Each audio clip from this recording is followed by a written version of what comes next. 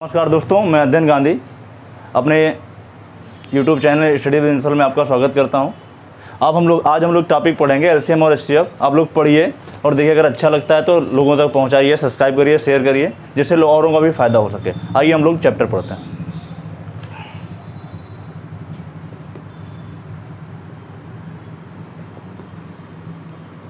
लासा व मासा। लासा मतलब एलसीएम एंड एचसीएफ। अब सबसे पहले हम लासा देखते हैं क्या होता है, फिर मासा क्या होता है, दोनों का डेफिनेशन देखते हैं, कॉन्सेप्ट देखते हैं, फिर आगे क्वेश्चन करते हैं। सबसे पहले हम बात करते हैं लासा की। लासा मतलब एलसीएम। एलसीएम मतलब एल का मतलब लोवेस्ट, सी का मतलब कॉमन, एम का मतलब मल्टीपल। लोवेस्ट का मतलब छोटे से छोटा, कॉमन का मतलब उभयनिष्ठ,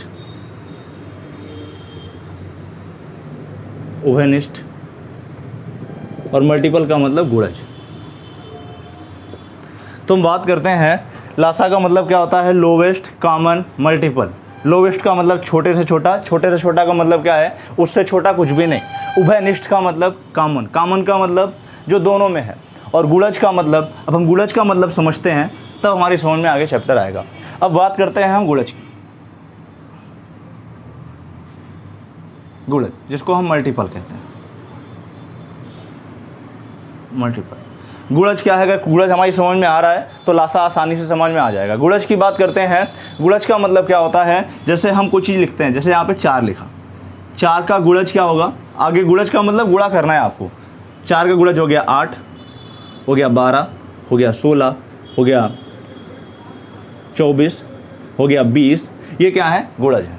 गुणज का मतलब क्या है, किसी भी संख्या का गुणज वह संख्या होती है जो उसके पहाड़े में आती है। जैसे 4 का गुणज क्या है, 8 है, इसके पहाड़े में है।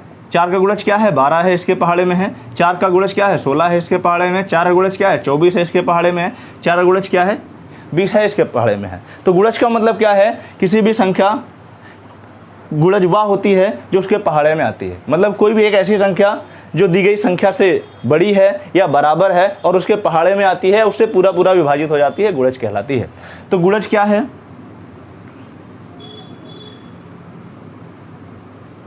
गुणज का मतलब होता है कि एक ऐसी संख्या जो दी गई संख्या के बराबर हो या उससे बड़ी हो और उसके पहाड़े में आए या उससे पूरा पूरा कट जाए, वो गुणज होता है।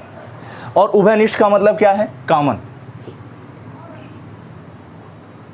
उभयनिष्ठ, उभयनिष्ठ का मतलब कॉमन। जैसे हमने क्या किया, 6 लिया और 8 लिया, और हमने 6 के गुणनखंड किए तो 2 गुणे 3 आ गया, और 8 के गुणनखंड किए तो 2 गुणे 2 गुणे 2 आ गया। तो इन दोनों में कॉमन क्या है, 2। ये इसको हम क्या बोलेंगे, ये दोनों में क्या है, उभयनिष्ठ है। तो पहली चीज़ हमने पढ़ी कि छोटे से छोटा क्या है, उससे छोटा कोई नहीं। गुणज क्या है, किसी भी संख्या का गुणज वह संख्या होती है जो दी गई संख्या के बराबर हो या उससे बड़ी हो, लेकिन उसके पहाड़े में आती हो। पहाड़े में आने का मतलब क्या, उससे पूरी तरह विभाजित हो जाती हो, गुणज कहलाता है। अब हम बात करते हैं लासा की परिभाषा की। पहले ही हमने पढ़ी लासा क्या है, लोवेस्ट, कॉमन, मल्टीपल। लोवेस्ट का मतलब छोटे से छोटा, कॉमन का मतलब उभयनिष्ठ, और मल्टीपल का मतलब गुणज। गुणज का मतलब क्या, वह संख्या जो दी गई संख्या से के बराबर हो या उससे बड़ी हो और उसके पहाड़े में आती हो, उस संख्या का गुणज कहलाएगी। अब इसकी हम परिभाषा पढ़ते हैं।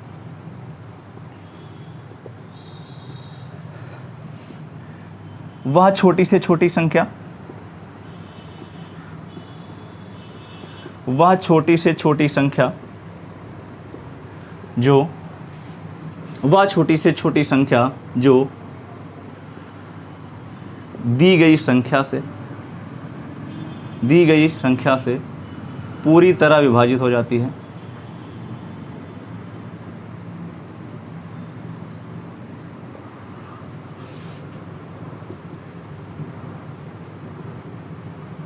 वह छोटी से छोटी संख्या जो दी गई संख्या से पूरी तरह विभाजित हो जाती है, लासा कहलाती है। दी गई संख्या का लासा कहलाता है। दी गई संख्या का लासा कहलाता है। अब इसका मतलब क्या है, इसका मतलब समझ लेते हैं। मतलब क्या है, वह छोटी से छोटी संख्या जो दी गई संख्या से पूरी तरह विभाजित हो जाए वो क्या है, लासा है। और एक वर्ड आपके पास यहाँ आता है मल्टीपल या गुणज, तो जहाँ पे आप गुणज की बात करेगा वो क्या है, लासा है। तो वह छोटी से छोटी संख्या जो दी गई संख्या से पूरी तरह विभाजित हो जाती है, दी गई संख्या का लासा कहलाती है। छोटी से छोटी मतलब उससे छोटी कोई संख्या नहीं होगी। अब एक एग्जांपल लेके देखते हैं, समझते हैं, फिर आ जाएगा। लासा निकालने के बहुत सारे हैं। अब देखो यहाँ पे क्या है, जैसे हमने कह दिया 4 और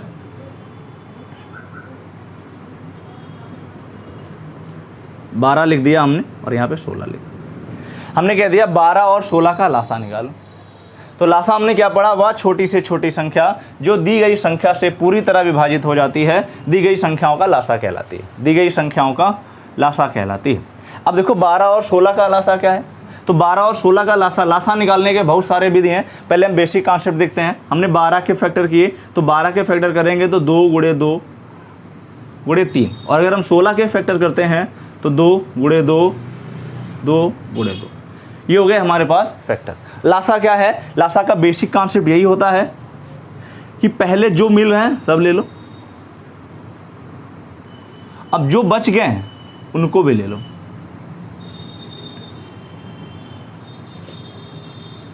तीन गुणे 2 गुणे 2 क्या हो गया, 2 दूनी 4, 4 तीन 12, 2 24, 2 48।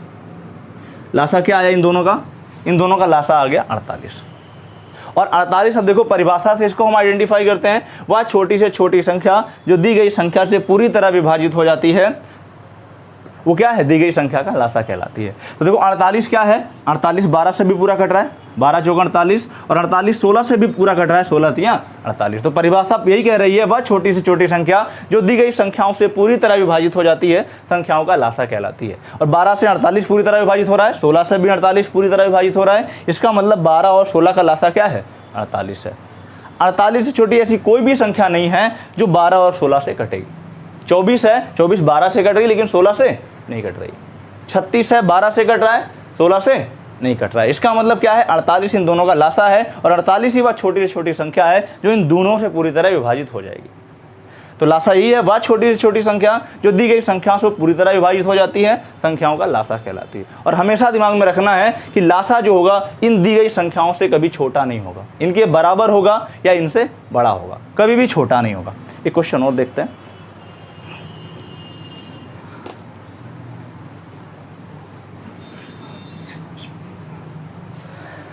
जैसे हमने कह दिया 36 और 72, हमने कह दिया 36 और 72 का लासा निकालो।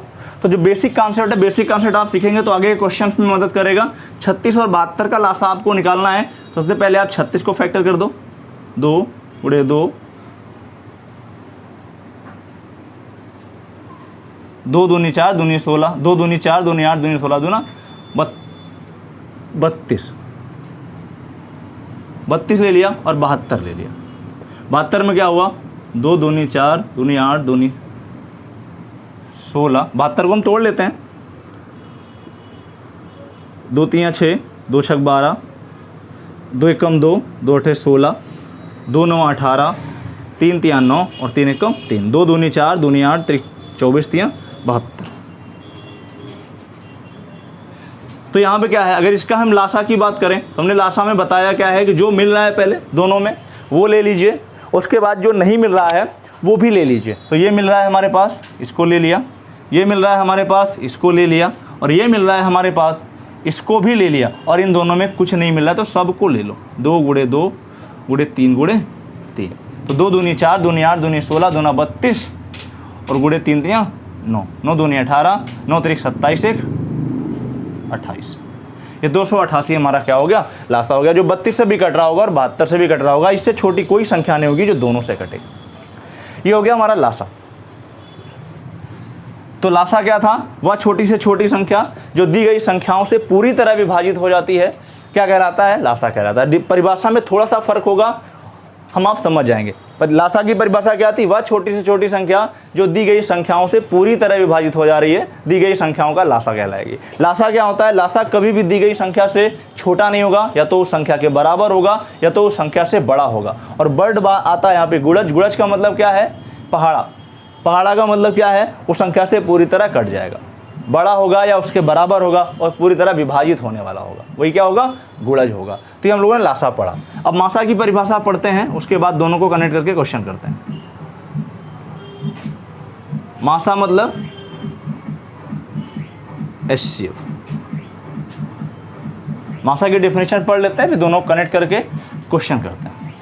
HCF का मतलब क्या है? H से हो गया हाईएस्ट, C से हो गया कॉमन और F से हो गया फैक्टर। हाईएस्ट कॉमन फैक्टर, ये हमारा है मासा। हाईएस्ट का मतलब बड़े से बड़ा,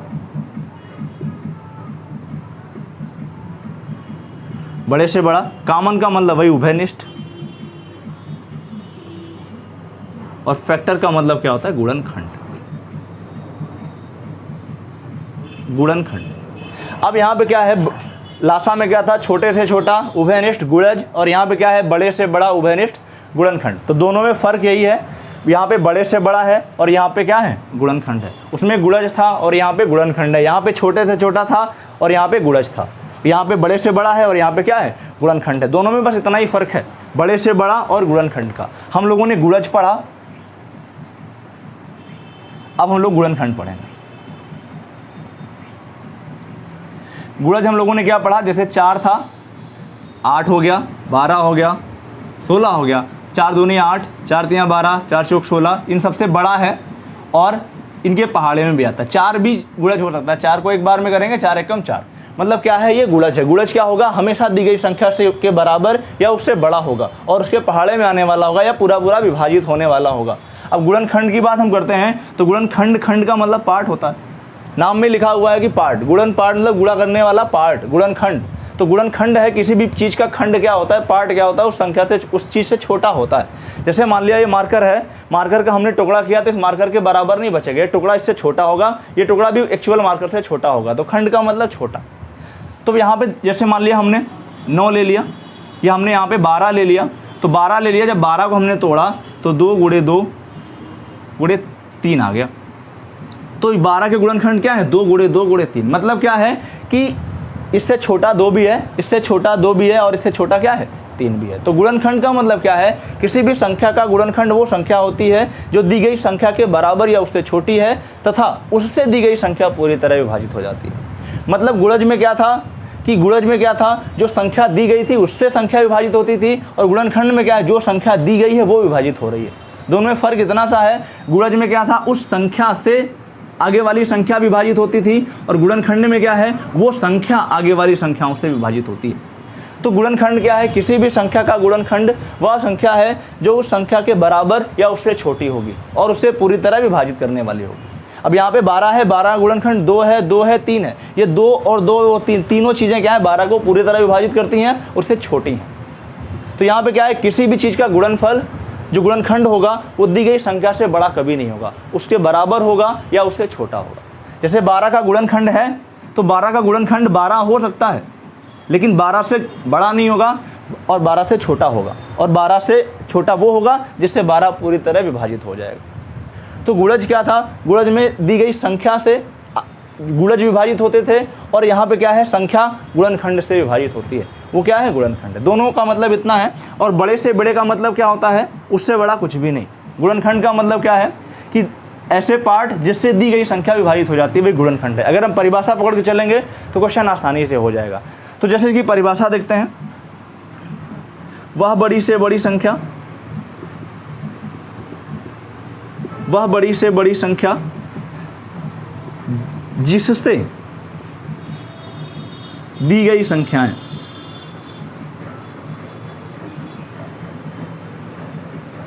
पूरी तरह विभाजित हो जाएं।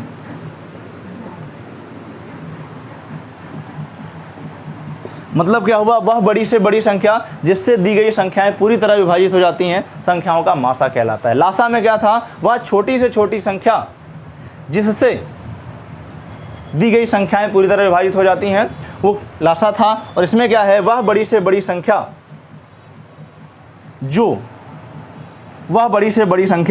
जो दी गई संख्याओं को पूरी तरह विभाजित करे। लासा में क्या था, वह छोटी से छोटी संख्या जिससे दी गई संख्याएं पूरी तरह विभाजित हो जाती हैं, लासा कहलाता था। और मासा में क्या है, वह बड़ी से बड़ी संख्या जो दी गई संख्याओं को पूरी तरह विभाजित करे, मासा कहलाता है। अब एक एग्जाम्पल लेके देखते हैं। मासा निकालने के बहुत सारे विधियां हैं, एक छोटा सा एग्जाम्पल लेके देखते हैं, फिर विधियां बताते हैं। जैसे मान लिया हमने कह दिया 8 और 12, और हमने कह दिया 8 और 12 का आपको मासा निकालना है। तो 8 और 12 का मासा निकालना है, सबसे पहला जो हमारा बेसिक कॉन्सेप्ट होता है, जो बचपन का कॉन्सेप्ट होता है, गुणनखंड विधि। गुणनखंड विधि, इससे हम मासा निकालते हैं। तो गुणनखंड विधि क्या है, अगर हम 8 को तोड़ते हैं तो 2 गुणे 2 गुणे 2, और अगर हम 12 को तोड़ते हैं तो 2 गुणे 2 गुणे 3। मासा में क्या है, वह बड़ी से बड़ी संख्या जो दी गई संख्याओं को विभाजित करे। दी गई संख्याओं का मतलब 8 और 12 है। और लासा में क्या था, वह छोटी से छोटी संख्या जिससे दी गई संख्याएं विभाजित हो जाती हैं, वो क्या था, लासा था। तो यहां पे क्या है, 8 2 हो गया और ये वाला 2 हो गया, तो क्या हो गया, 4। मतलब क्या है, गुणनखंड विधि में हमने देखा क्या है, लासा में परिभाषा हमने क्या पढ़ा था, वह छोटी से छोटी संख्या जिससे दी गई संख्याएं पूरी तरह, वह छोटी से छोटी संख्या जो दी गई संख्याओं से पूरी तरह विभाजित हो जाता है, लासा कहलाता है। और मासा में क्या है, वह बड़ी से बड़ी संख्या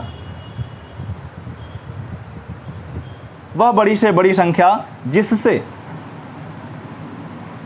दी गई संख्याएं पूरी तरह विभाजित हो जाती हैं, मासा कहलाता है। ये हमारे पास क्या हुआ, मासा हुआ। ये हमारा क्या था, गुणनखंड विधि था। दोनों का मासा क्या आया, 4। अब दूसरा क्या होता है, भाग विधि।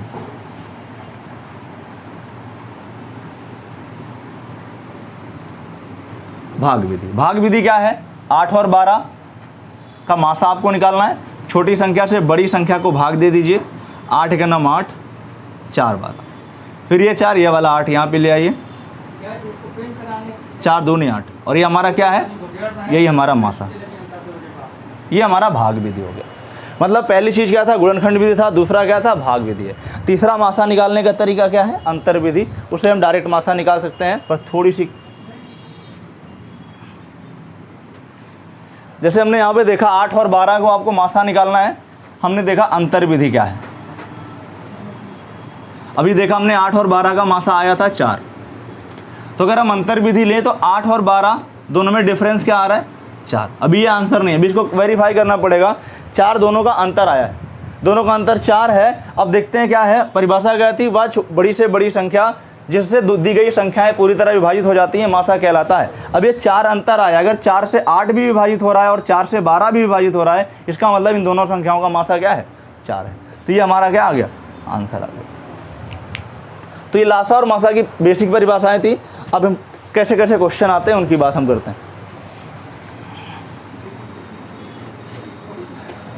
जैसे यहाँ पे क्वेश्चन और लेते हैं, हमने लिखा यहाँ पे 12 और हमने लिखा यहाँ पे 24 और हमने लिखा यहाँ पे 48। हमने कह दिया 12, 24 और 48 का मासा निकालना है।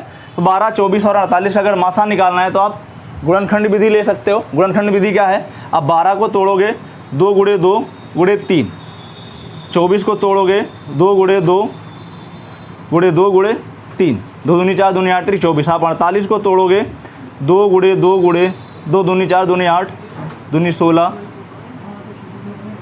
या 48।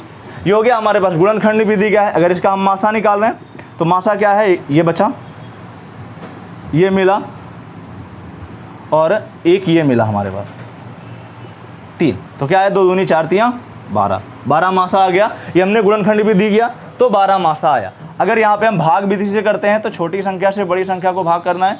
12 दूना 24 कट गया, फिर ये 12 बचा हमारे पास, 48 हमने ले लिया, 12 चौक 48, ये कट गया, ये हमारा क्या हो गया, मासा हो गया। ये हमारा था गुणनखंड विधि, ये था हमारा भाग विधि। और जो डायरेक्ट विधि हमारे पास है, जो अंतर विधि की बात हम करते हैं, वो आसानी से हो जाता है। अंतर विधि क्या है, हमने बताया सबसे पहले देखो दो संख्याओं में सबसे कम अंतर क्या है, 12 और 24 का अंतर आ रहा है हमारे पास 12। अब ये 12 है, परिभाषा हमने क्या बताई, वह बड़ी से बड़ी संख्या जिससे दी गई संख्याएं विभाजित हो जाती हैं वही मासा कहलाता है। अब देखो 12 से 12 भी कट रहा है, 12 से 24 भी कट रहा है, 12 से 48 भी कट रहा है, इसका मतलब 12 इन सबका क्या है, मासा है। अब ये वाला अंतर विधि पे फोकस करिए, ये बड़ा करने की कोई जरूरत नहीं, आप डायरेक्ट करिए, अंतर देखिए सबसे कम अंतर क्या है और परिभाषा को दिमाग में रखिए कि वह बड़ी से बड़ी संख्या जिससे दी गई सभी संख्याएं विभाजित हो जाती हैं संख्याओं का मासा कहलाता है। तो 12 सबसे कम अंतर आ रहा है, 12 से भी कट रहा है, 12 से भी कट रहा है, 12 से ये भी कट रहा है, तो 12 इसका क्या हुआ, मासा हो गया। अब एक क्वेश्चन ये लेते हैं जिसमें अंतर से संख्याएं नहीं कटती हैं, वो कैसे करते हैं। एक क्वेश्चन ने ले लिया 15, 45 और 55, कह दिया 15, 45 और 55 का मासा निकालो। तो आप अगर गुणनखंड विधि से कर रहे हो तो आप 15 को तोड़ोगे 3 गुणे 5 में, और अगर आप 45 को तोड़ रहे हो तो 3 गुणे 3 गुणे 5, 3 3 का 9 25 45। अगर आप 55 को तोड़ रहे हो तो 5 गुणे 11। अगर आप मासा निकाल रहे हो तो मासा क्या है, जो तीनों में कॉमन मिल रहा है, तीनों में कॉमन मिल रहा है क्या, 5, ये 5 इसका मासा हो गया। अगर आप भाग विधि से कर रहे हो तो 15 से 45 को आप भाग करोगे, 15 तियां 45, कट गया पूरा पूरा। फिर 15 से आप 55 को भाग करोगे, 15 तियां 45, बच गया 10। फिर आप ये वाला 15 लोगे, 10 एकम 10, बच गया 5, और ये वाला अगर आप 10 लिखो तो 5 दूना 10, खत्म हो गया। 5 हमारा आंसर आ गया।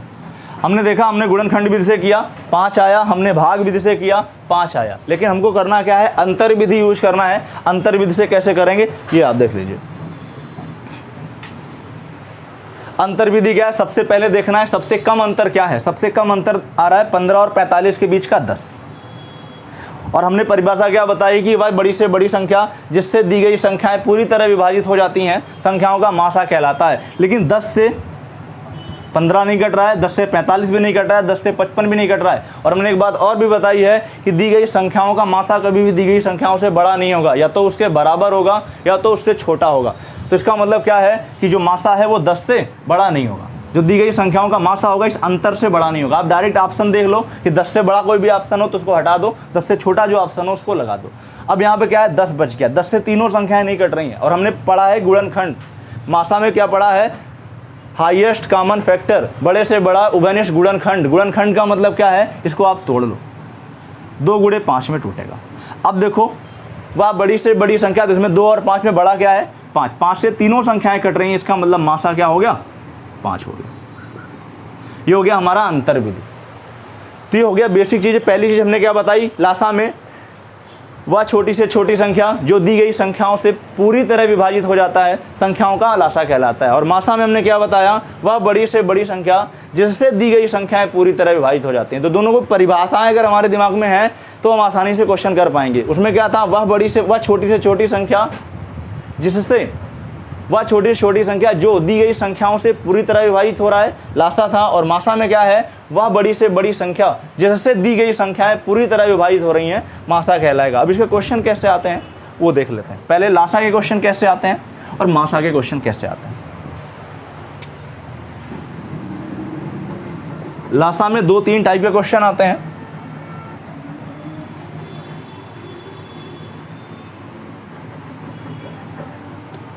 क्वेश्चन पहला आता है, वह छोटी से छोटी संख्या ज्ञात करो।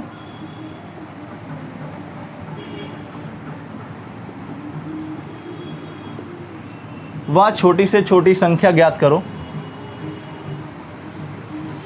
ज्ञात करो जो x, y व z से पूरी तरह विभाजित हो जाए।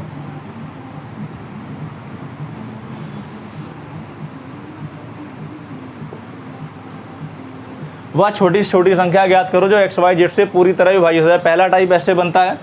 दूसरा टाइप क्या बनेगा, वह छोटी से छोटी संख्या ज्ञात करो, छोटी से छोटी संख्या ज्ञात करो, ज्ञात करो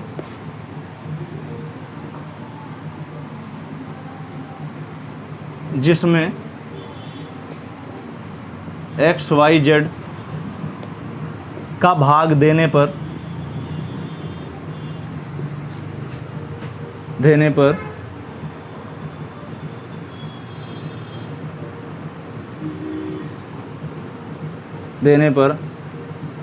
आर शेष बचे।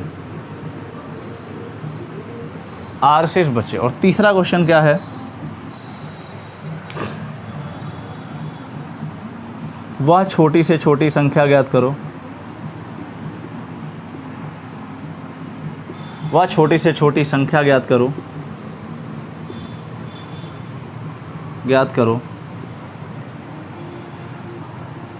जिसमें एक्स वाई जेड का भाग देने पर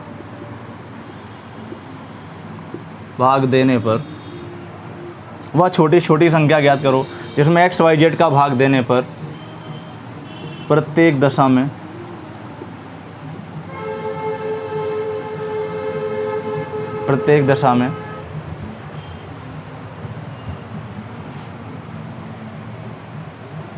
समान शेष बचे।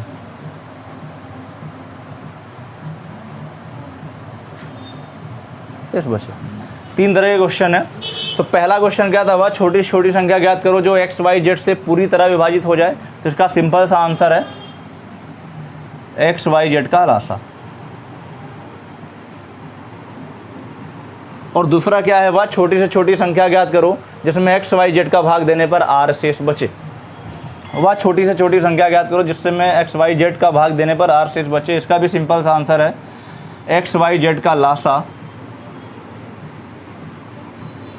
Plus are. और तीसरा हमारे पास है, वह छोटी से छोटी संख्या ज्ञात करो। 1 मिनट,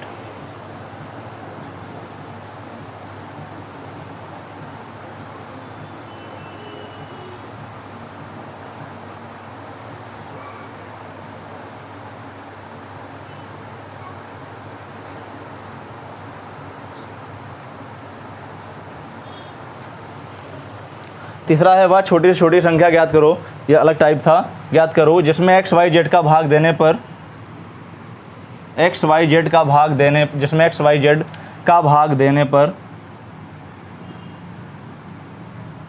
पर शेष क्रमशः ए बी व सी बचे। ये हमारा तीसरे टाइप का क्वेश्चन है,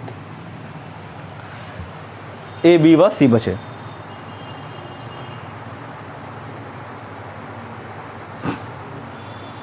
तो इसमें क्या है, इसका आंसर हमारे पास क्या हो जाएगा, एक्स वाई व जेड का लासा माइनस के। और ये के क्या है,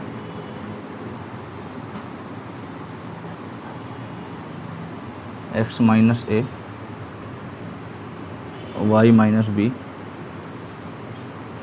और जेड माइनस सी, तीनों केस में बराबर हो। तो पहले चीज़ यही था, पहला टाइप हमारा लासा का क्वेश्चन 3 तरह से पूछा जाएगा। वह छोटी से छोटी संख्या ज्ञात करो जो एक्स वाई जेड से भाग देने पर पूरी तरह विभाजित हो जाए, एक्स वाई जेड का लासा। फिर दूसरे टाइप का क्वेश्चन है, फिर ये तीसरे टाइप का क्वेश्चन है। ये हमारे पास लासा के 3 टाइप के क्वेश्चन हो गए। तो हम बात करते हैं मासा की।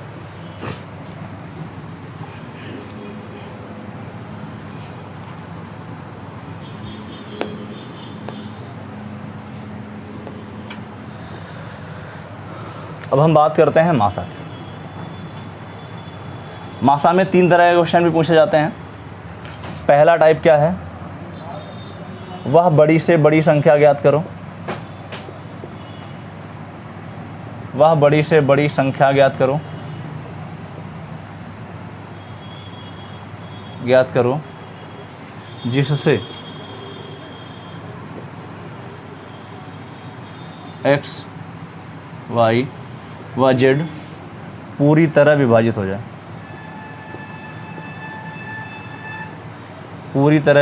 हो जाए। दूसरा टाइप इसमें क्या बनेगा, वह बड़ी से बड़ी संख्या ज्ञात करो। वह बड़ी से बड़ी संख्या ज्ञात करो। वह बड़ी से बड़ी संख्या ज्ञात करो जिससे एक्स वाई व जेड में भाग देने पर प्रत्येक दशा में आर शेष बचे। और तीसरा इसमें क्या बनेगा, वह बड़ी से बड़ी संख्या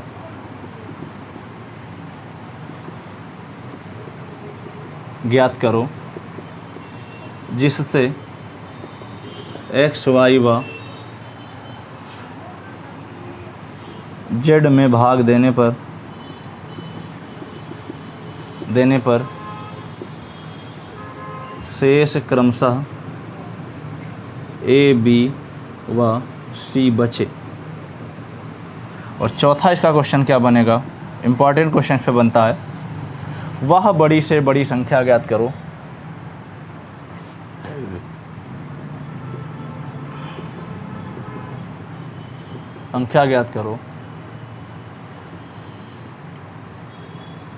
जिससे एक्स वाई व जेड में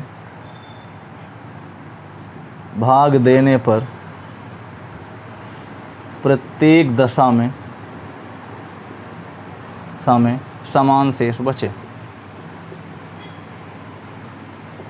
चार तरह का क्वेश्चन है। पहला क्वेश्चन क्या है, वह बड़ी से बड़ी संख्या ज्ञात करो जिससे एक्स वाई जेड में जिससे एक्स वाई जेड पूरी तरह विभाजित हो जाए। इसका मतलब वही है, इसका आंसर क्या बनेगा, इसका आंसर बनेगा एक्स वाई जेड का मासा।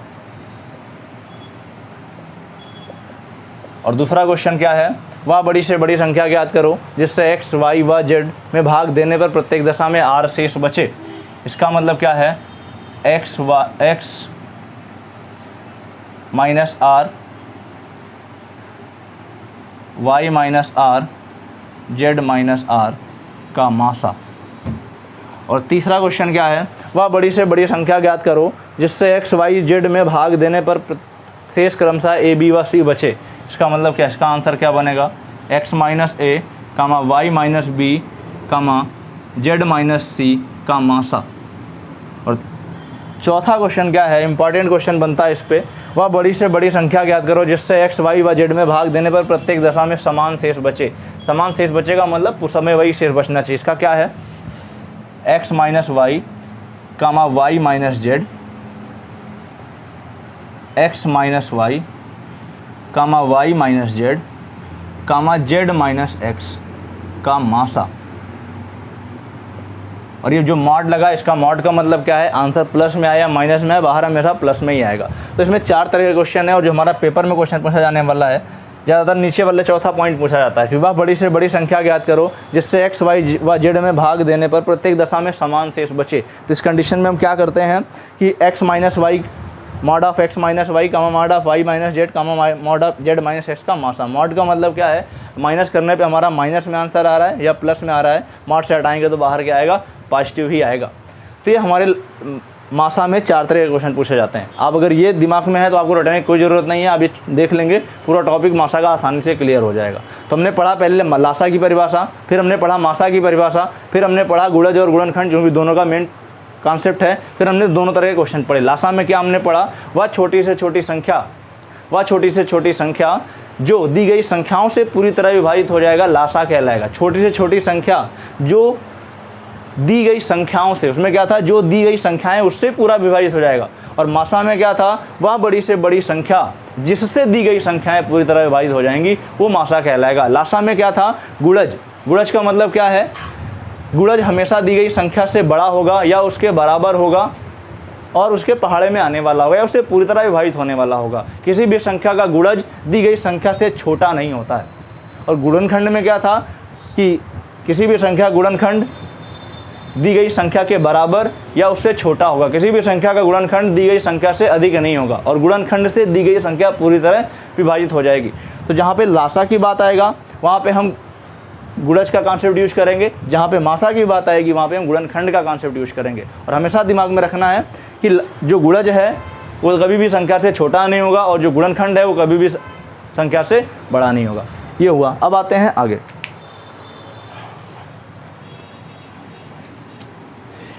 ये हमने बेसिक पढ़ा। अब हम बात करते हैं भिन्नों का लासा क्या होता है, भिन्नों का मासा क्या होता है?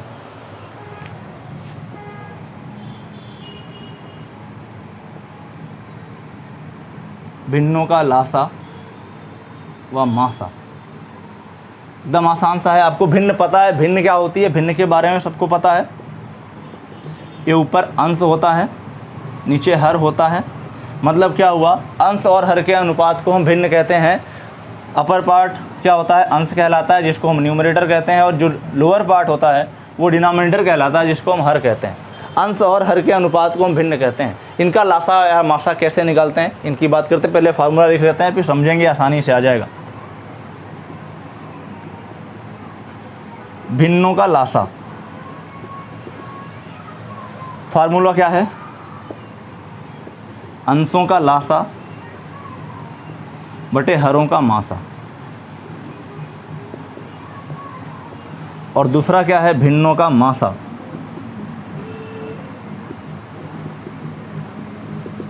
तो भिन्नों का मासा क्या है, अंशों का मासा बटे हरों का लासा। ये होता है फार्मूला। फार्मूले को समझ लेते हैं, फार्मूला कैसे बना होगा। यहाँ पे भिन्नों का लासा पूछ रहा है, तब अंशों का लासा बटे हरों का मासा। भिन्नों का मासा पूछ रहा है तो अंशों का मासा बटे हरों का लासा। मतलब क्या हुआ कि अगर लासा पूछ रहा है भिन्नों में, तो जो चीज़ पूछ रहा है उसका ऊपर वाला निकालना है, और जो बच रहा है वो नीचे वाला। लासा पूछ रहा है तो अंशों का लासा, मासा पूछ रहा है तो अंशों का मासा। नीचे बच गया लासा में नीचे मासा, और मासा में नीचे लासा। हमेशा दिमाग में रखना है, भिन्नों का लासा क्या है, अंशों का लासा बटे हरों का मासा, और भिन्नों का मासा क्या है, अंशों का मासा बटे हरों का लासा। अब इस पर हम क्वेश्चन करते हैं।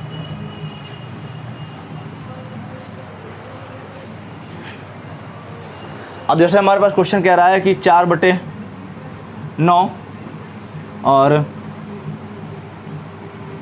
5/12 का लासा निकालो। 4/9 और 5/12 का लासा निकालो।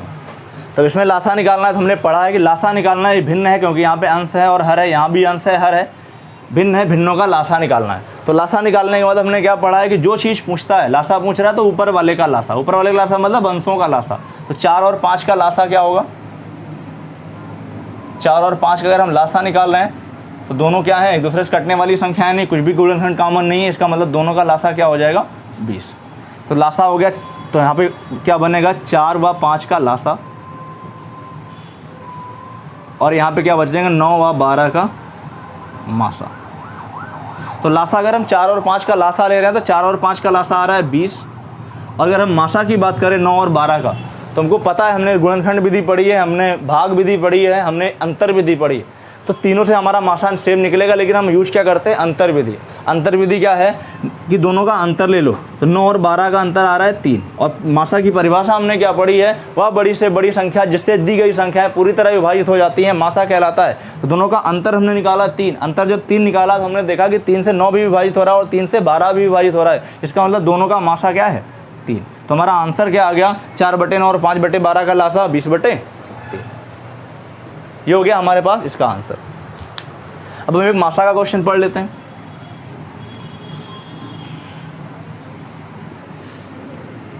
अब देखो इसी क्वेश्चन को हम मासा में कन्वर्ट कर देते हैं।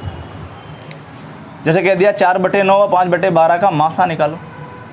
हमने क्या बताया, जब लासा पूछ रहा है तो ऊपर का लासा नीचे का मासा, अगर मासा पूछ रहा है तो ऊपर का मासा और नीचे का लासा। फिर वही कॉन्सेप्ट बना, इसमें क्या बनेगा, मासा पूछ रहा है तो मासा बराबर क्या हो जाएगा, 4, 5 का मासा बटे 9 व 12 का लासा। ये तो हमने मासा की कई विधियाँ पढ़ी हैं। 4 की गुणनखंड विधि पढ़ी है, भाग विधि पढ़ी है और अंतर विधि पढ़ी है। तो अब यहाँ पे देखो 4 और 5 दो संख्या, इनका मासा हमको निकालना है।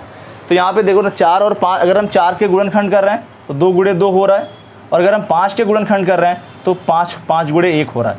अब इसमें देखो कुछ भी कॉमन नहीं दिख रहा है, तो जो कुछ भी नहीं कॉमन है तो 1 कॉमन है, तो इनका मासा क्या हो जाएगा, 1। या फिर अगर हम अंतर विधि यूज करते हैं तो आपको कुछ सोचने की ज़रूरत नहीं है। 4 और 5 का अंतर कितना आ रहा है, 1, और 1 से हमारा 4 भी कट रहा है और 1 से हमारा 5 भी कट रहा है। इसका मतलब 4 और 5 का मासा क्या हो गया, 1 हो गया। और अगर 9 और 12 का लासा निकालें तो 9 और 12 का लासा निकाल दीजिए आसानी से। 3 × 3 = 9, 3 × 4 = 12, 3 × 1 = 3, 4, कितना आ गया 3 गुणे 3 गुणे 4, 3 3 9 चौक 36।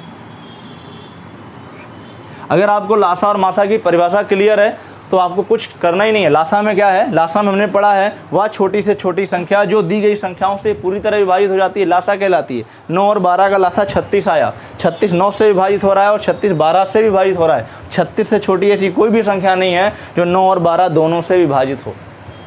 और मासा की परिभाषा क्या होती है, वह बड़ी से बड़ी संख्या जो जिससे दी गई संख्याएं पूरी तरह विभाजित हो जाती हैं। दोनों में जिससे और जो का फर्क है, मासा में क्या है जो दी गई संख्याओं से विभाजित होगी और लासा में क्या है जिससे संख्याएं विभाजित होंगी। अब एक आया अंतर, 1 से 4 भी कट रहा है और 1 से 5 भी कट रहा है।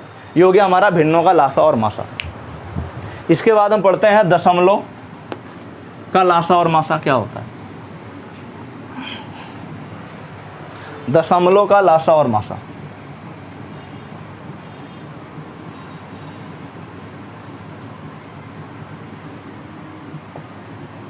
दशमलव का लासा और मासा। दशमलव का लासा मासा भिन्नों के जैसा ही, हमने भिन्नों का जैसे पढ़ा वैसे दशमलव का भी पढ़ेंगे। तो दशमलव जैसे हमने ले लिया 0.6 और यहाँ पे हमने ले लिया 3। पहले एग्जाम्पल कर लेते हैं, उसके बाद कॉन्सेप्ट समझेंगे इसका।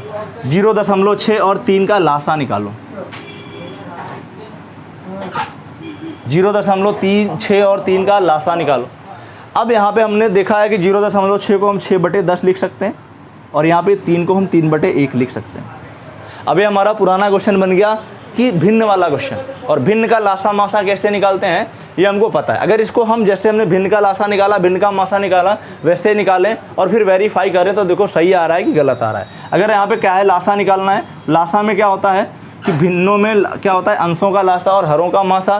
तो अगर हम 6 और 3 का लासा निकालें तो 6 और 3 का लासा क्या हो जाएगा, 2 3 6 और यहाँ पे 3 3 1 3 और 6। तो 3 और 6 का लासा क्या आ गया, 6 आ गया। तो हमने लासा लिख दिया 6। और 10 और 1 का मासा क्या आ जाए, क्योंकि दोनों में कुछ कॉमन नहीं, कुछ नहीं कॉमन होता तो हमेशा मासा क्या होता है, 1 होता है। तो अगर यहाँ पे हम देख रहे हैं 0.6 और 3 का लासा, तो इसको हमने 6/10 लिखा, इसको हमने 3/1 लिखा और लासा निकाला तो हमारा है 6/1 मतलब 6। अब इसकी परिभाषा इसको वेरीफाई करा के देखते क्या ये वेरीफाई हो रहा है कि नहीं, क्योंकि ये गलती हम लोग पूरी करते हैं। इसको भिन्न में चेंज किया और इसको किया और गलत कर देते हैं। वेरीफाई हमने किया। लासा की परिभाषा क्या होती है कि वह छोटी से छोटी संख्या जो दी गई संख्याओं से पूरी तरह विभाजित हो जाती है। तो यहाँ पे हमारा आंसर आया है 6। 6 3 से पूरी तरह विभाजित हो रहा है और 6 0.6 से भी कट रहा है। लेकिन 6 से छोटी एक ऐसी संख्या 3 भी है जो दोनों से कट रहा है। तो 3 से 3 कटेगा और 0.6 से भी 3 कट जाएगा। तो यहाँ आंसर आना चाहिए 3, हम आंसर लेके बैठे हैं 6। तो ये हो जाएगा हमारे पास गलत। क्वेश्चन आता हुआ भी हमने सही कॉन्सेप्ट यूज किया, सब कुछ सही यूज किया, फिर भी हमारा क्वेश्चन गलत हो गया। क्यों? क्योंकि हमने थोड़ा सा ध्यान नहीं दिया। क्योंकि मैं परिभाषा अगर क्लियर होगी तो हम आंसर कर पाएंगे। क्योंकि यहाँ पे हमने वही किया, 0.6 को 6/10 कर दिया और 3 को 3/1 कर दिया। उसके बाद हमने अंशों का लासा और हरों का मासा निकाला, आंसर निकला 6। एकदम सही कॉन्सेप्ट यूज किया, कोई गलत नहीं कर सकता। लेकिन अगर हम परिभाषा से वेरीफाई करा रहे हैं तो गलत हो रहा है। गलत क्यों हो रहा है? क्योंकि परिभाषा क्या कहती है, वह छोटी से छोटी संख्या, वह छोटी से छोटी संख्या जो दी गई संख्याओं से पूरी तरह विभाजित हो जाएगी। तो 6 है, 6 3 से कट रहा है, 6.6 से भी कट रहा है। लेकिन एक ऐसी संख्या 6 से छोटी 3 भी है जिससे जो 3 से भी कट रही है और 0.6 से भी कट रही है। तो ये क्वेश्चन गलत कैसे हुआ? कैसे 6 आया? 3 आना चाहिए था। इसका कॉन्सेप्ट देखो, हमने सब कुछ सही किया लेकिन 6 आया। तो गलती हमने कहाँ की वो देख लो। अब यहाँ पे क्या था, हमने देखा इसको हमने 6/10 लिखा और इसको हमने 3/1 लिखा। अब इसमें 2 बातें ध्यान में रखनी है कि जब भी भिन्न दशमलव का लासा मासा निकालते हैं तो सबसे पहला काम है, जैसे हमने दशमलव को चेंज किया, दशमलव हटा के 10 के गुणज में हमने किया। 2 दशमलव है तो 100 लिखा, 3 है तो 1000 लिखा, 1 है तो 10 लिखा। तो सबसे पहला काम है तो उसको पूरा सिंपलेस्ट फॉर्म में कर लो या दोनों का हर बराबर कर लो। पहली चीज हमने क्या बताई, या तो जो दशमलव हमने भिन्न में चेंज किया है उसको सिंपलेस्ट फॉर्म में लिख लो, मतलब उससे एक सरलतम रूप में लिख लो, या फिर क्या करो कि दोनों का हर बराबर कर लो। उसके बाद आप कॉन्सेप्ट लगा दो, कभी गलत नहीं होगा। हम पहले दोनों का हर बराबर कर लेते हैं। हर बराबर करने का मतलब यहाँ भी 10 है, यहाँ भी 10 कर दिया, यहाँ 30 कर दिया। हमारा यही क्वेश्चन यही बन गया। अब हम अपना कॉन्सेप्ट लगाएंगे लासा में, तो क्या हो जाएगा 6 और 30 का लासा, 6 और 30 का लासा और बटे 10 और 10 का मासा। तो 6 और 30 का लासा अगर लेंगे तो हमारा लासा आ जाएगा 30, और 10 और 10 का मासा लेंगे तो आ जाएगा 10, और इसको काटेंगे तो हमारा आंसर आ जाएगा 3। जो भी आंसर हमारा 6 आ रहा था वो आंसर हमारा गलत था, 3 हमारा आंसर सही, क्योंकि परिभाषा को वेरीफाई करा रहा है, क्योंकि वह छोटी से छोटी संख्या जिससे दी गई संख्याएं जो दी गई संख्याओं से पूरी तरह विभाजित हो रहा है। 3 3 से कट रहा है, 0.6 से भी कट रहा है, ये हमारा क्या हो गया, लासा हो गया। हमने 2 चीज़ें बताई, या तो जो हमने डेसिमल को क्या किया है, भिन्न में चेंज किया है। जब डेसिमल को भिन्न में चेंज किया है तो उसको क्या कर लो, सरलतम रूप में लिख लो, या दोनों का हर बराबर कर लो। तो हमने हर बराबर करके बता दिया है। अब देखो अगर हम डेसिमल को सिंपलेस्ट फॉर्म में करें तो 6/10 था और ये 3 था, 6/10 था और ये 3 था। इसको हम अगर काट रहे हैं तो एक बार और कट रहा है, 2 3 6, 2 5 10, ये हो गया 3/5, ये हो गया 3/1। अब आप इसका निकाल दोगे, 3 और 3 का लासा आ जाएगा 3, और 5 और 1 का मासा आ जाएगा 1, तो हमारे पास आंसर हो जाएगा 3/1। ये हमारा हो गया भिन्न का लासा। इसी तरह हम मासा निकालते हैं। मासा में भी क्या है, ऊपर वाले का मासा, नीचे वाले का लासा। तो ये हो गया दशमलव का लासा व दशमलव का मासा। लासा मासा की अगर परिभाषा आपको क्लियर है तो आपका क्वेश्चन कभी गलत नहीं होगा। अगर आपका परिभाषा क्लियर नहीं है तो क्वेश्चन हमेशा गलत होने के चांस बने रहेंगे। ये हो गया दशमलव का लासा मासा।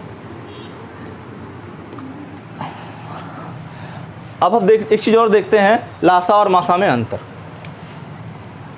लासा और मासा में संबंध क्या होता है, लासा व मासा में संबंध,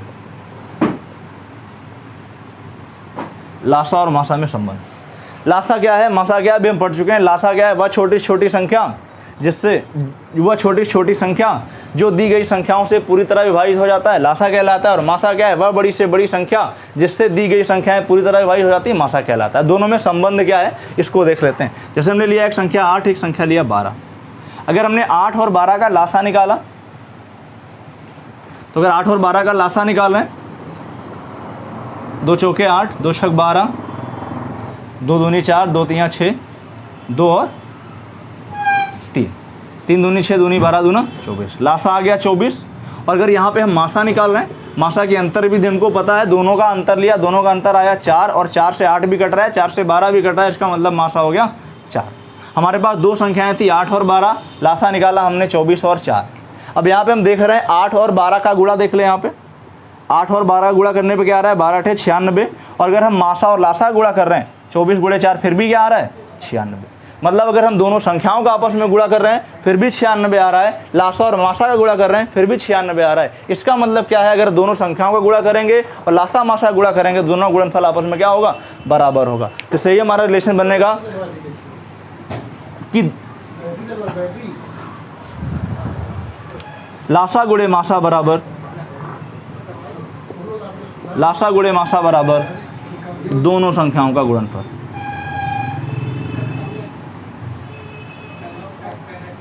दोनों संख्याओं का गुणनफल, लासा गुणे मासा बराबर दोनों संख्याओं का गुणनफल। हमेशा ये होता है कि अगर लासा और मासा का आपस में हम गुणा करते हैं और दोनों संख्याओं को गुणा करते हैं तो दोनों का गुणनफल क्या होता है, बराबर होता है। ये फार्मूला केवल 2 संख्याओं के लिए यूज होता है, 2 संख्याओं से अधिक के लिए यूज करेंगे तो गलत हो जाएगा। केवल ये 2 संख्याओं के लिए है। अब एक क्वेश्चन जैसे यहाँ पे है कि 2 संख्याओं का लासा, 2 संख्याओं का लासा व मासा, 2 संख्याओं का लासा व मासा क्रमशः 32 और 4 है तथा उनमें से एक संख्या 8 है।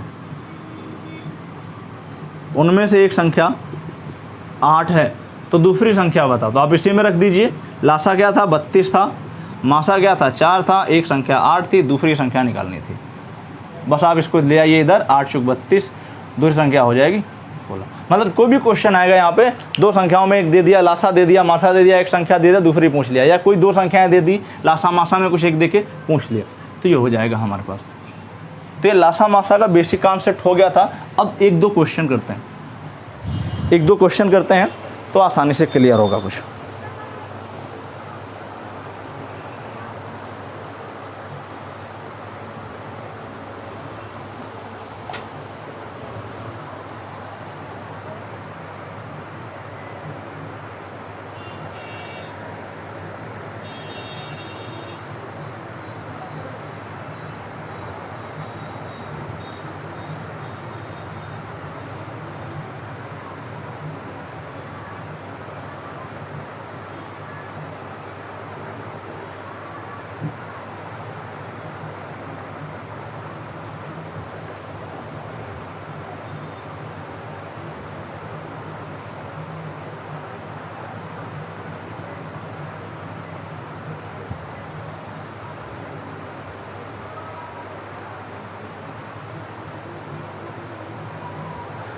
अब यहाँ पे क्वेश्चन क्या है, दो संख्याओं का योग 36 है व उनका मासा 4 है।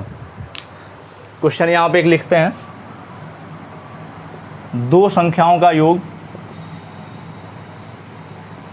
दो संख्याओं का योग, दो संख्याओं का योग, दो संख्याओं का योग 36 है, 36 है व मासा 4 है। दो संख्याओं का योग 36 है व मासा 4 है, तो संख्याएं ज्ञात करो व ऐसे जोड़ों की संख्या भी ज्ञात करो।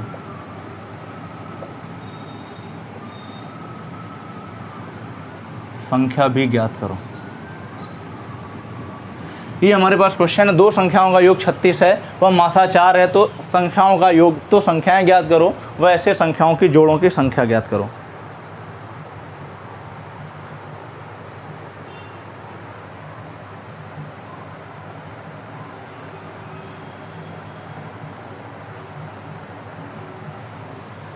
संख्या ज्ञात करो।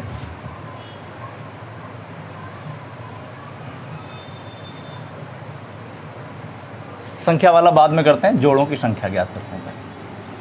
तो ऐसे जोड़ों की संख्या ज्ञात करो। तो दो संख्याओं का योग क्या है, 36 है, मासा क्या है, 4 है। तो पहली चीज़, संख्याएं क्या होंगी, कुछ भी होगा, मासा क्या है, 4 है। मासा 4 है, योग क्या है, 36 है। मान लिया दो संख्याएं, एक हो गई होगी x, एक हो गई होगी y। तो हमको पता है x और y का योग कितना है, 36 है, और इन दोनों का x व y का मासा क्या है, x और y का मासा क्या है, 4। संख्याओं का योग 36 है और मासा क्या है, 4 है। तो सीधी सी बात है, यहाँ पे हमको पता है कि मासा क्या है, वह बड़ी से बड़ी संख्या या एक ऐसा गुणनखंड जो दोनों संख्याओं में कॉमन होता है। मासा की नॉर्मल सी परिभाषा क्या है, एक ऐसा गुणनखंड जो दोनों संख्याओं में कॉमन होगा, मतलब एक ऐसा गुणनखंड जिससे दोनों संख्याएं कट जाएंगी। तो 4 एक ऐसा गुणनखंड है जो पहली संख्या के साथ भी गुणे में है, और 4 एक ऐसा गुणनखंड है जो दूसरी संख्या के साथ भी गुणे में है। तो ये क्या हुआ, मासा का मतलब क्या होता है कि ऐसी संख्या जो पहले संख्या के साथ भी गुणे में है और दूसरी संख्या के साथ भी गुणे में है, वही उसका क्या है, मासा है। तो मासा दिया है 4 और दोनों का योग कितना दिया है, 36। तो यहाँ पे ऐसा दिया हुआ है, तो दो संख्याएं कुछ और मानते हैं, मासा 4 दिया हुआ है और योग दिया हुआ है 36।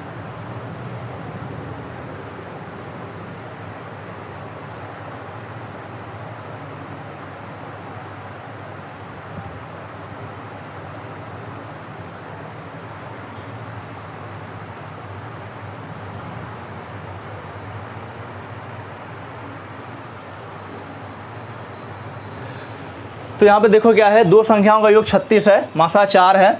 तो हमने बताया मासा क्या होता है, मासा एक ऐसा गुणनखंड है जो पहली संख्या के साथ भी गुणे में है और दूसरी संख्या के साथ भी गुणे में है। तो यहाँ पे देखो, अगर हम संख्या मान लें, पहली संख्या मान लें यहाँ पे 4 गुणे x, हमको पता नहीं कि एक गुणनफल क्या है, लेकिन एक गुणनखंड हमको पता है कि वो 4 है, क्योंकि 4 मासा है और मासा ऐसा होता है जो दोनों संख्याओं के साथ गुणनफल में होता है, दोनों में कॉमन होता है। और अगर हम दूसरी संख्या मान लें तो इसको हम मान लेते हैं 4 गुणे y। तो ये क्या हो गया कि अगर, और दोनों संख्याओं का योग कितना दिया हुआ है, 4x प्लस 4y बराबर 36, ये दिया हुआ है। तो 4x प्लस 4y बराबर 36। तो अगर हम 4 कॉमन ले रहे हैं तो x प्लस वाई बराबर कितना हो गया, 36 हो गया। तो x प्लस वाई बराबर हो गया 9। अब यहाँ पे आया x प्लस वाई बराबर कितना आ गया, 9, और x और y हमको नहीं पता है। एक बार फिर से इसको देखो, यहाँ पे क्या दिया है, दो संख्याओं का योग 36 है व मासा 4 है, तो ऐसे जोड़ों की संख्या ज्ञात करो। मतलब ऐसे कितने जोड़े संभव हो सकते हैं जिनका लासा 36 हो और मासा 4 हो। तो सीधी सी बात है, हमने संख्या निकाली, पहली निकाली 4x। 4x क्यों लिया, क्योंकि अगर हम दो संख्याओं का मासा निकालें, देखो यहाँ पे 8 लिखा हुआ है, यहाँ पे 12 लिखा हुआ है। अगर 8 को हम तोड़ रहे हैं तो ये 4 गुणे 2 बन रहा है, अगर हम 12 को तोड़ रहे हैं तो 4 गुणे 3 बन रहा है, और ये 4 जो है इन दोनों का मासा है। और मासा क्या होता है, दोनों संख्याओं के साथ गुणनफल में होता है। तो यहाँ पे क्या है, इसीलिए हमने संख्या दो संख्याओं का योग दिया है 36, मासा दिया है 4। संख्याएं हमको नहीं पता है लेकिन हम संख्याएं मान सकते हैं। पहली संख्या 4 गुणे x, क्योंकि 4 क्या है, मासा है, तो ये हर एक संख्या के साथ गुणनफल में होगा। और दूसरी संख्या क्या है, नहीं पता है, लेकिन 4 मासा है, दूसरी संख्या के साथ भी गुणनफल में होगा। तो पहली संख्या हमने मान ली 4 गुणे x और दूसरी संख्या मान ली 4 गुणे y।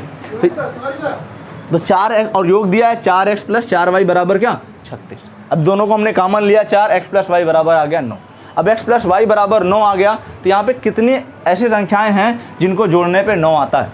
अगर इसको हम ले लें 1 और 8 बराबर 9, 2 और 7 बराबर 9,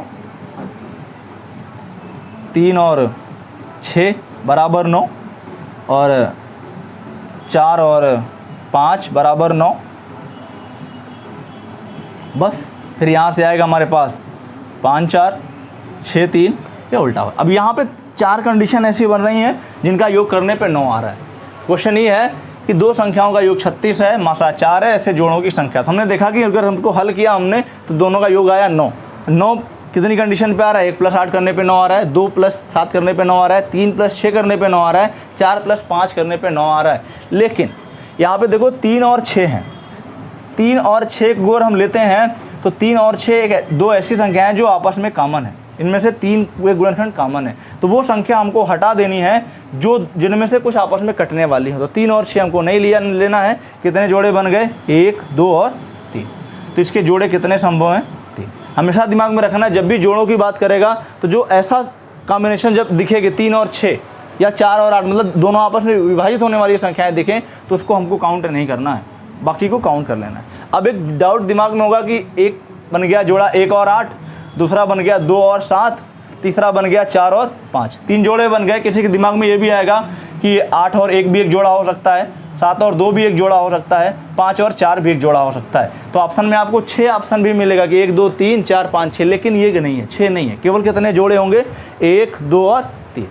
अब यहाँ पे जैसे मान लिया कि हम लोग शादी में जाते हैं, दूल्हा दुल्हन अगल बगल बैठे होते हैं, दूल्हा इधर बैठा है, दुल्हन इधर बैठी है, दूल्हा इधर बैठा है, दुल्हन इधर बैठी है, जोड़ा एक ही है। तो चाहे हम 1 और 8 लें और 8 और 1 लें, जोड़ा क्या है, एक ही है। तो उसमें हम कंफ्यूज नहीं होना कि 3 के हम 6 लगा दें। तो हो गया हमारा पहला क्वेश्चन। एक क्वेश्चन और कर लीजिए, एक क्वेश्चन और कर लीजिए, फिर ख़त्म करते हैं इसको, बाकी की बात करते हैं। एक क्वेश्चन पे ख़त्म कर रहे हैं।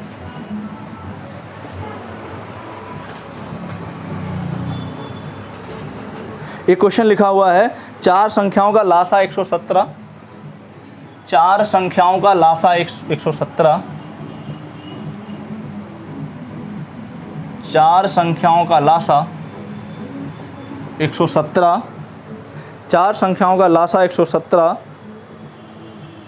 व प्रत्येक जोड़े का मासा 3 है, व प्रत्येक जोड़े का मासा 103 है। प्रत्येक जोड़े का मासा 103 है, प्रत्येक जोड़े का मासा 103 है, 103 नहीं, केवल 3 है, 3 है। तो सभी संख्याओं का गुणनफल ज्ञात करो, तो सभी संख्याओं का गुणनफल ज्ञात करो, गुणनफल ज्ञात करो। 1 मिनट,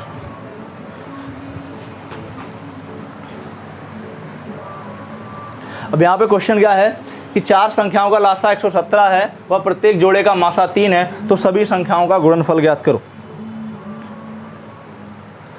तो यहाँ पे हम लोग गलती क्या करेंगे, हम लोगों ने संबंध पढ़ रखा है कि लासा गुणे मासा बराबर संख्याओं का गुणनफल। यहाँ पे ये गलत हो जाएगा। हमने बताया था ये कॉन्सेप्ट, अगर हम ये कॉन्सेप्ट इसमें लगाते हैं कि पहली संख्या गुणे दूसरी संख्या बराबर एलसीएम गुणे एचसीएफ, तो यहाँ पे आंसर हमारा गलत हो जाएगा। क्योंकि इसका भी आंसर आपके पास ऑप्शन में होगा, लेकिन वो गलत हो जाएगा। क्योंकि हमने पढ़ा है कि वो जो संबंध होता है पहली संख्या गुणे दूसरी संख्या बराबर लासा गुणे मासा, वो केवल 2 संख्याओं के लिए ही अप्लाई हो सकता है। अगर ऐसा आया है हमारे पास 4 संख्याओं का क्वेश्चन है कि 4 संख्याओं का लासा 117 है व प्रत्येक जोड़े का मासा 3 है, तो सभी संख्याओं का गुणनफल ज्ञात करो। तो यहाँ पे क्या है, हमको पता है कि मासा 3 है। मासा 3 का मतलब क्या है, चारों संख्याओं में 3 एक ऐसा गुणनफल है जो चारों संख्याओं में कॉमन है। तो अगर हम पहली संख्या माने 3 गुणे ए, और दूसरी संख्या माने 3 गुणे बी, और तीसरी संख्या माने 3 गुणे सी, और चौथी संख्या माने 4 गुणे डी, 3 गुणे डी, क्योंकि हमने बताया मासा एक ऐसा गुणनखंड है जो सभी संख्याओं में कॉमन होता है, वो मासा कहलाता है। अब यहाँ पे कह रहा है सभी का योग कितना दिया, 4 संख्याओं का लासा क्या है 117 है। और लासा क्या होता है, हमने बताया था कि लासा निकालते समय क्या करते हैं, जो पहले सभी संख्याओं में कॉमन है उसको ले लो और बाकी में जो सब बच गए हैं उनको भी आपस में गुणा कर लो। और ये दिया किसके बराबर है, ये दिया 117 के बराबर है। तो a गुणे बी गुणे सी गुणे डी बराबर कितना आ गया 117/3, 3 त्रिका 9, 3 9 27, मतलब a गुणे बी गुणे सी गुणे डी बराबर आ गया 39। और हमसे पूछा क्या है, हमसे पूछा है सभी संख्याओं का गुणनफल। सभी संख्याओं का गुणनफल का मतलब 3a गुणे 3b गुणे 3c गुणे 3d। तो 3 त्रिका 9, 3 27 दिया 81 गुणे डी, ABCD का मान कितना आया था 39। तो 81 गुणे 39 हम कर लेंगे, ये हमारा आंसर हो जाएगा।